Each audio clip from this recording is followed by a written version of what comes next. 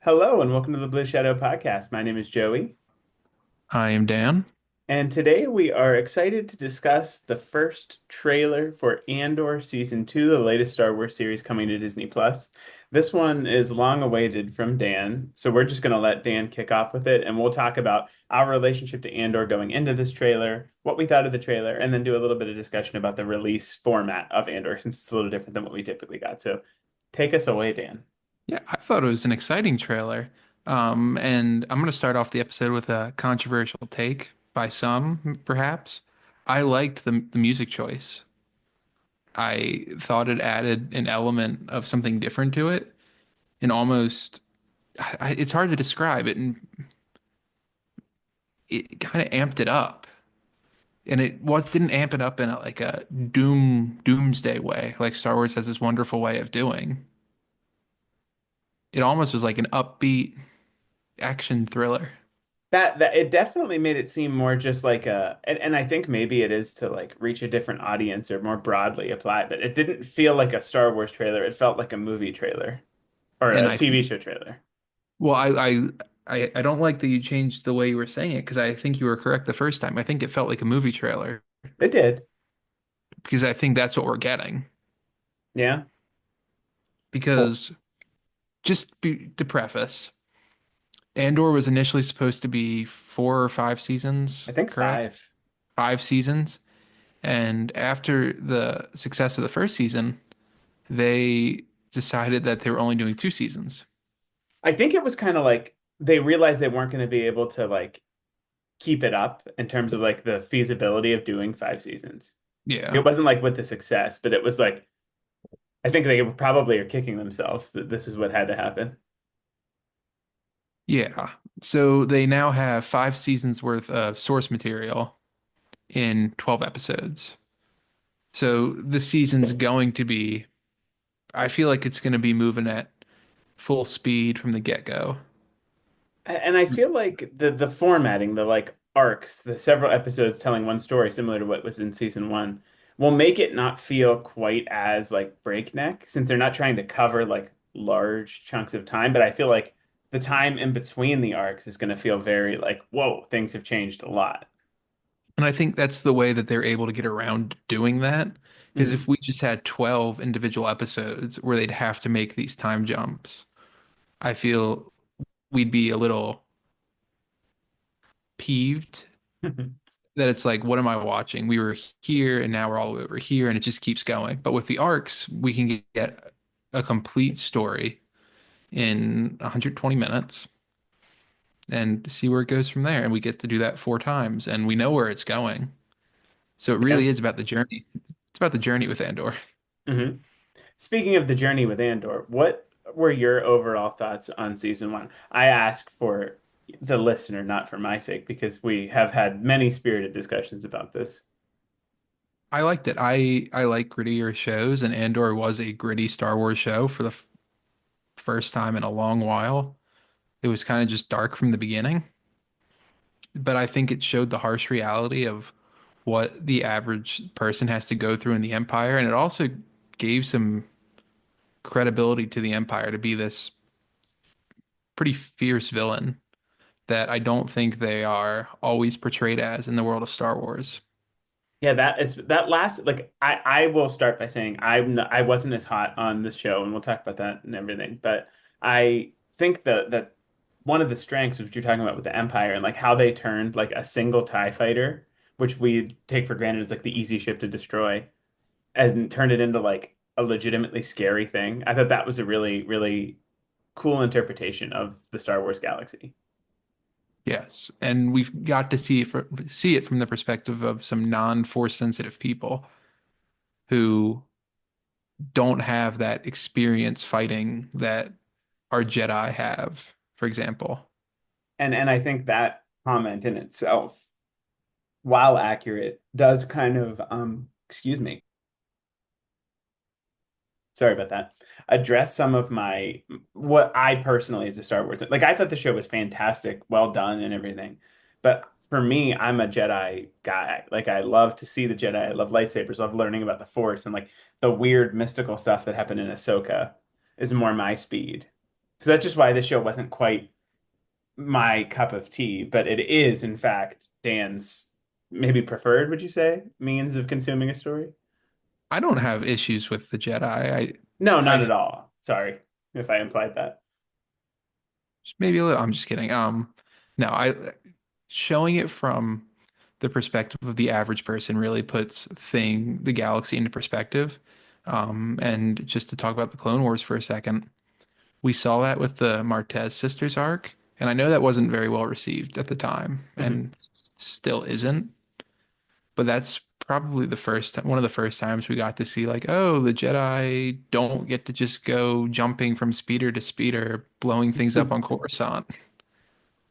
And Like, I think a little scratch, like Rebels at the beginning, even though Kanan and Ezra were there, obviously, it kind of scratched that itch a little bit, but then it got more and more and more force sensitive, especially as Ezra got stronger and everything. yeah, So we I saw think Darth that, Maul. Like, yeah, no, this is truly like that in its purest form. But nevertheless, even though it wasn't my favorite, like I said, I enjoyed it and I'm very excited for season two. So we're not going to go shot by shot through the trailer. There was tons of stuff, lots of different characters. I want to ask you, Dan, what from this trailer for season two excited you most? Cassian in a TIE fighter, I thought was pretty cool. That was pretty nifty. I was excited to see Krennic. Oh yeah. And then he even got one of the few actual lines in the trailer, Hmm.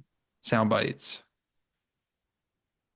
I just thought he was such a an interesting concept to be like not the top of the empire, but high enough up that he has a little bit of an ego. And to see him kind of like interact with like the characters and that are like middle management as well, I think like he'll be higher than like Deidre, and I think that'll play like they're kind of like the same character, but I think seeing them interact will challenge them both. It's kind of interesting. And it adds a sense of dramatic irony too, because we know how Krennic's story ends, much like we know how Cassian's story ends Hmm. and Saw Gerrera's story ends. We don't know about Deidre. We really don't know about anybody else. Hmm. So, I the one of the other things for me that I was really excited about was Mon Mothma. That I Dan shocked. knows I love Mon Mothma. I'm a big fan of the good guys in general, the rebels in this case. And I loved Mon Mothma's role in Star Wars Rebels in particular. And I think this is going to kind of play into that. And I think we're going to get to see her give like powerful speeches like we saw in Rebels, maybe even recreating that one. And like, I just think getting to like see that in live action is going to be such a strong, powerful part of this series. So I'm glad you brought that up. So you are a very pro good guys person. 100%. I feel like this show is gonna dive into some of the flaws of the good guys in the sense of what is acceptable for the greater good.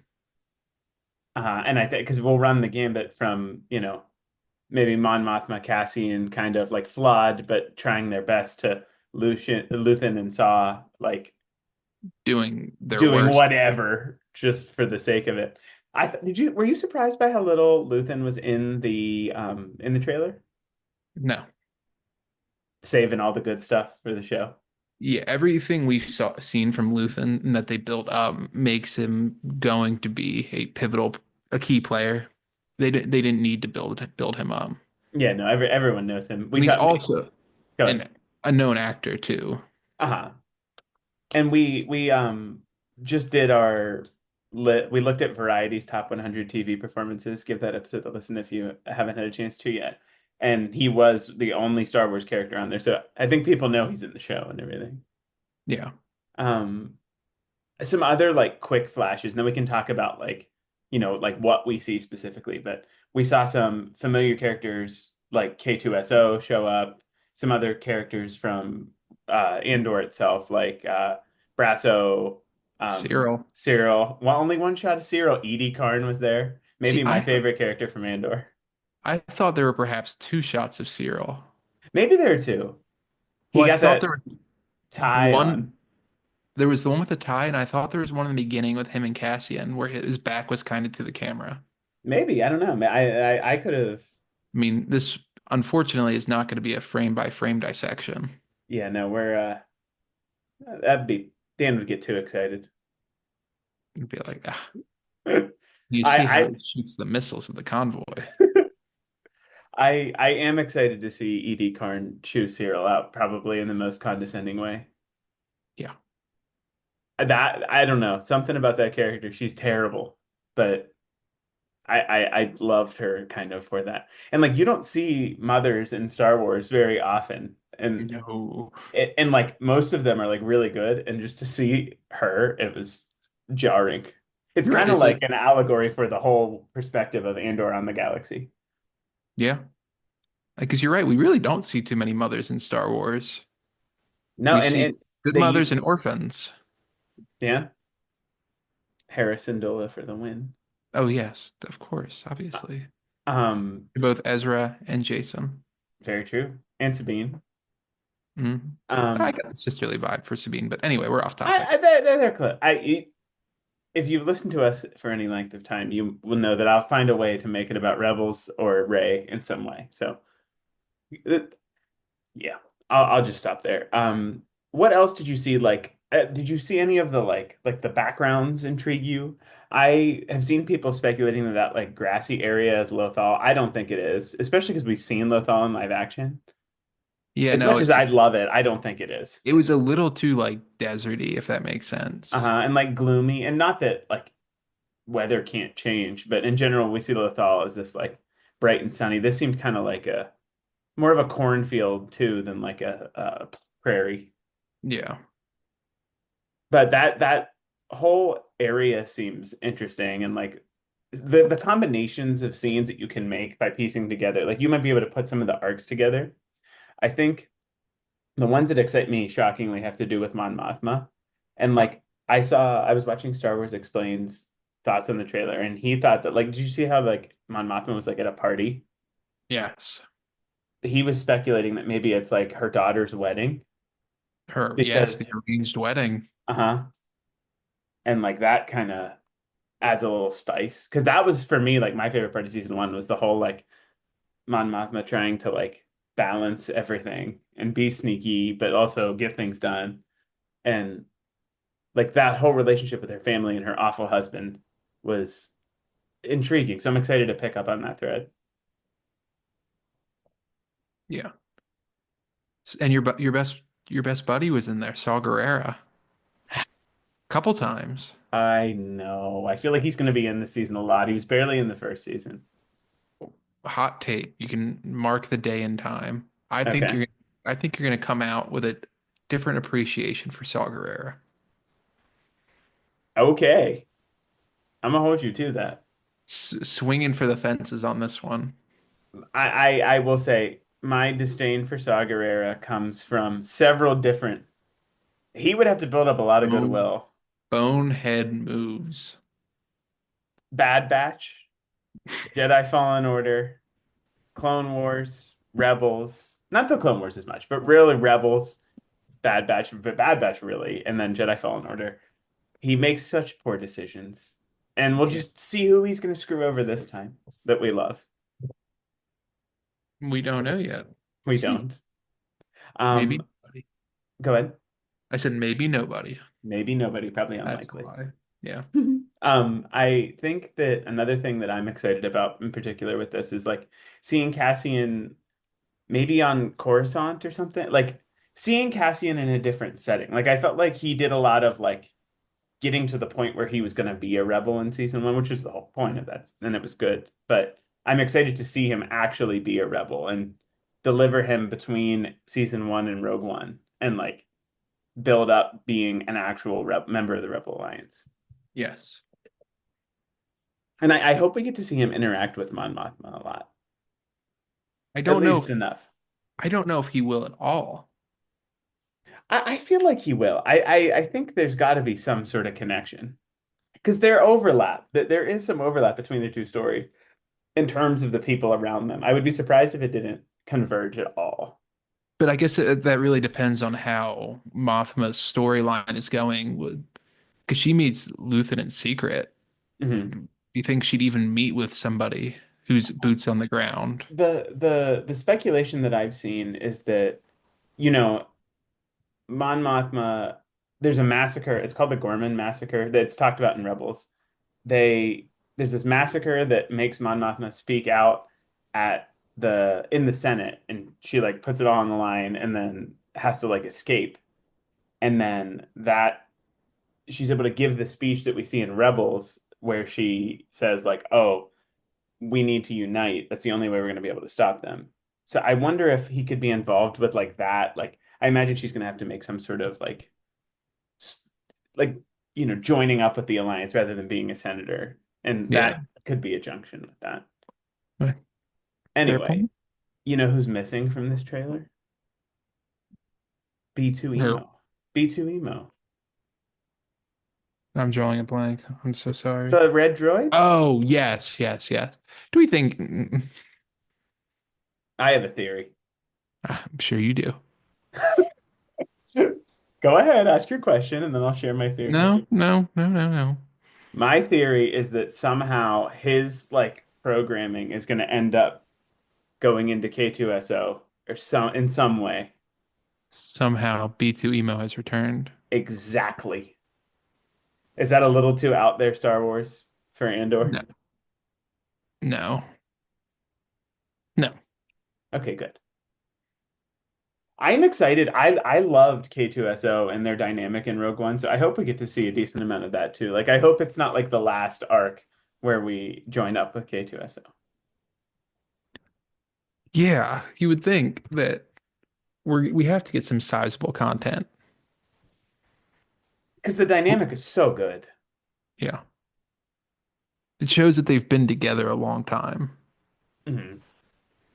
I is there anything else you want to add before I ask you one question and then we talk about like the way that it's being No, go ahead. released? My question for you is season one of Andor did not have any like crazy cameos. Like Saw Gerrera, Mon, they're expected kind of cameos. Do you think we're gonna see anything nuts? Like when we go to Yavin, are we gonna see Hera or something like No, that? You don't think? I don't think so. I can't pick But who. define like what crazy is. Do we see Bail Organa?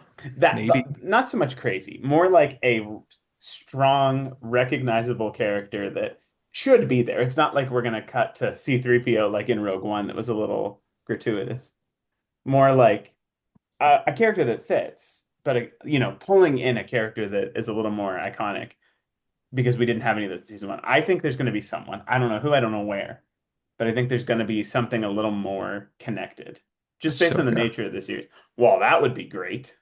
I don't think it'll be Ahsoka. I'm At sorry. this I point, don't I know think, why I. well, if we think about that, at the end of season two of Rebels, which is about like 2 years before A New Hope, she went into her Malachor, like whatever happened to her. So I don't think she'll be in it. No. But nevertheless, I think someone could. So you're betting on no? If I think it'll be Bail Organa. I think that's a good one. I would love to see. Anytime he shows up, I'm a happy camper. I did want to say there's a book that released recently, and I'm blanking on the name. I'm so sorry. But it's very linked to this, and it's about like the political dynamics between Bale and Mon during like right after Revenge of the Sith. And it just screams Dan. Okay. I'm gonna look up the Please do. it's called The Mask of Fear. It's specifically for fans of Mon Mothma, Bail Organa, and Saw Gerrera. Mm. It screams Dan. The Reign of the Mask. Empire. Reign of the Empire, The Mask of Fear by Alexander Freed. Okay. Number one release in science fiction on Amazon. Oh. Oh, you would buy it for the cover. Okay. It's not like it's Ray. Anyway, that takes us to something that was a little bit of a surprise in the way that the show is going to be released on Disney Plus. And I'm going to just read the blurb from the article that they put on StarWars.com. Creator and producer Tony Gilroy has shared that this season will follow Cassian's journey in the 4 years leading up to the events of Rogue One, with the 12 episode story unfolding in 4 weekly chapters of 3 episodes each. Upon first glance, I was a little not I was not as happy to hear this news because I generally like to like have the time in between the episodes to talk to Dan about it and sit with it, think about what could happen. But I do think that the way that these episodes are packaged, this does make sense. What do you think, Dan? I think so. And I think you're not meant to sit with each episode. I think each episode is meant to be viewed in succession, if that So makes sense. then I guess the question, and this is just like purely like theoretical, but like why not release essentially four Andor movies? It could be weekly like this and call it like the Because that's not the way people consume media anymore, unfortunately. fair enough. I guess I just think like the show was so well received and I have heard some theories on why they may be doing this. We can talk about that in a second, but the show was so well received and for it to be over in 4 weeks rather than 12 weeks or 10 if they did the whole two episode premiere, it just seems like it's like rushing it out. I don't know. Am I too old fashioned? Without knowing what's coming, I think so. Okay. I bet you they wouldn't just do this and like when we're in the midst of it, it's probably going to feel better than like staring at Mm, it from the onset like this. yes. I I did sorry, go ahead. no, I agree with you. We're gonna get it. We're gonna be like, this was the only way that you could have released this. It makes sense. And then I think it would be kind of weird where it would be like going from week 3 to week 4. It would almost be like watching a different show. Yeah. So it would be like maybe they would, I don't know, like if they spaced them out a week in between or something just to extend the overall time. But I did see if they end it before a certain date, and I can't remember what it is, if it was March something, I don't know, but it would like make sure that they were able to be considered for the 2026 Emmys. Mm, And I think it could be more of a like a vote of confidence in the show for that. yeah. Which I mean, again, at the end of the day, we're getting the story. The story is a story, and a year from now, we're not going to be thinking about the fact that it was released 3 episodes at a time. Well, we might, depending on how it goes. We'll see. Fair enough. I guess, you know, if it goes really well, I think we'll remember it. I don't think there's a way that it can really go poorly. Like it is what it is. Yeah. I'm sure the episodes are going to be good. Yeah. Well, do you have anything else to add about the season 2 trailer of Andor? No, but speaking of, you Mhm. said that you're sure the episodes will be good. You didn't always think that. And Okay. so what we decided to do, and sorry if I'm jumping the gun here, No, but I no, feel that was going to come after my question of anything else, so have at Andor releases in April it. 22nd or 25th? 22nd. April, yeah, close enough. April 22nd, yeah. Plenty of time for a Andor rewatch, which we're going to do as somebody who liked the show from the beginning and as somebody who has had a found appreciation for Andor I and the appreciation is the sequels. word. Appreciation of Andor is my terminology. I still would not put it like we did a Disney Plus tier list of our favorite shows. I still would not put it above any of the more fun shows, and that's just my personal taste. But the quality is there, and I think I need to revisit it for certain. Yes. And I think the way we were planning on doing this was maybe an initial episode to like brief to talk about like why I had reservations a little more than what I said, why you loved it, Dan, and then we'll Mhm. do the arcs from the first season as individual episodes. Prepare it. It'll give us a way to practice for season two. And I think it'll prime me as someone who this show isn't necessarily for prime me for the next season and get me ready and a little more excited probably. Yeah. Get ready to get sad again. No, don't worry. I have to play. I'm scheduled to play The Last of Us tonight, so Oh, good. Have a you played any more since we last talked about it? little bit, not enough to have Okay, any good. significant updates.